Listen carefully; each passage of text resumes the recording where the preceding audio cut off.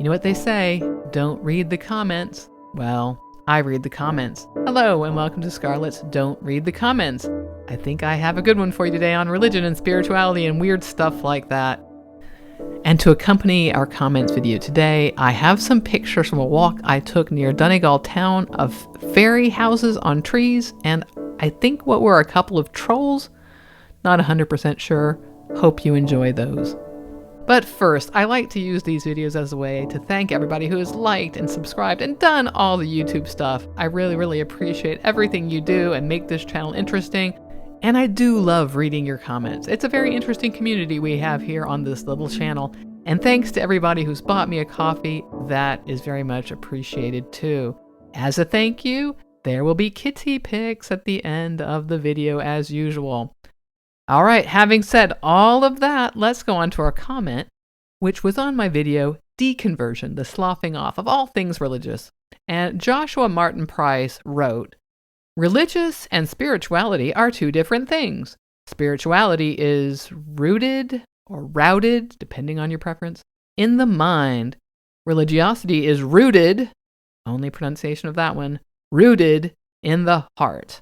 The mind of Christ is a spiritual mindset." I'm not quite sure why this was on the video. I mean, obviously I was talking about leaving religion and then, getting rid of spirituality and not being spiritual anymore, but who knows exactly what inspires people to leave these comments. So let's start. I would agree that these concepts are different. For starters, they are different parts of speech.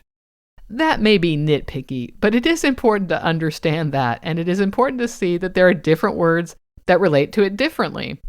So we have the adjective religious that he starts with, which is, you're believing in a religion. A person who is religious has a religion, and that's why they're going to describe themselves. Religion, which the person doesn't mention here at all, is the organized set of beliefs and practices that go around having this belief in a higher power, often God or gods, that kind of thing. Okay, so you have the religion, those are the practices, and you are religious because you've adopted that. Religiosity is more about the individual's tendency to be religious, or it could be the intensity of that religious feeling. So it might refer to their fervor or their piety.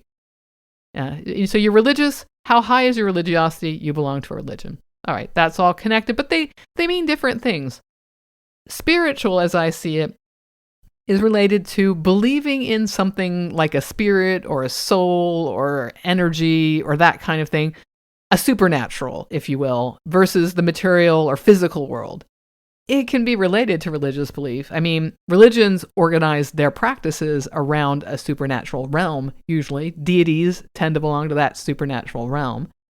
And spirituality, the noun, is the feeling that there is something beyond our senses, that this may be part of the divine, that kind of thing. But again, we have the nouns, religion, religiosity, spirituality. We have adjectives, religious, spiritual. So I don't know if this person meant to change the word routed or rooted, however you prefer that in your dialect, R-O-U-T-E-D, or if they wanted rooted, R-O-O-T-E-D, to be both of these words. Routed or rooted works. Spirituality can be part of a root in your mind, or it can be a root. I don't know. It's a metaphor, so obviously you don't have roots literally in your mind. We're using metaphorical language here. Okay, but first, let's clarify that all our beliefs are in the mind. There are no beliefs or emotions specifically in the heart. I mean, if you want to use the heart as a metaphor for an emotional center, fine. I'm fine with that kind of language of people are heart-based or it came from the heart. That's a metaphorical language. That really isn't where our emotions are. Emotions, it's interesting. We interpret them in our mind, but they flow from biochemical processes in our body. So if we're anxious, our bodies will release chemicals that can cause our hearts to beat faster. They can cause sweating, other physiological manifestations. It might disrupt your digestive tract, et cetera, et cetera, et cetera. So we can have the impression that the emotion is in some specific part of our body, but actually it's more generalized than that. And as a reminder, the mind, as an emergent property of the brain, is still part of our body, and therefore emotions being in the body can be also in the mind. It's a lot of biology, I understand, but I hear Christians want to think or want to believe that they've had this experience of the Holy Spirit or something, and it wasn't emotions. Oh, no, no, no. Their emotions were not manipulated because they have some Platonic ideal about emotions, that they're in the soul and not in the body. So if they felt something in the body, that wasn't an emotion. That must have been the Holy Spirit, and it's a misunderstanding of how our bodies work. But I think that's a result of the fact that if you believe in a soul and you think that that's where like your personality resides, and you don't understand how the mind and body are actually linked because you don't think that they are the same thing. So anyway, enough of that. What I think the commenter is getting at, though, is wanting to make an important distinction between spirituality and religiosity that I think is banal. Of course, people can be spiritual without being religious. I think it's tougher to have the reverse, to be religious without being spiritual, because most religions include supernatural elements. I mean, even if it's just a cosmic energy or something like that.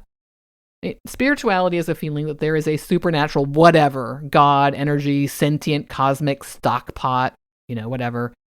Religion is how you decide you need to practice around those beliefs. And it could be really basic, like impromptu prayer. That's all you need to do. Or it could be lots of rules that you think you need to follow.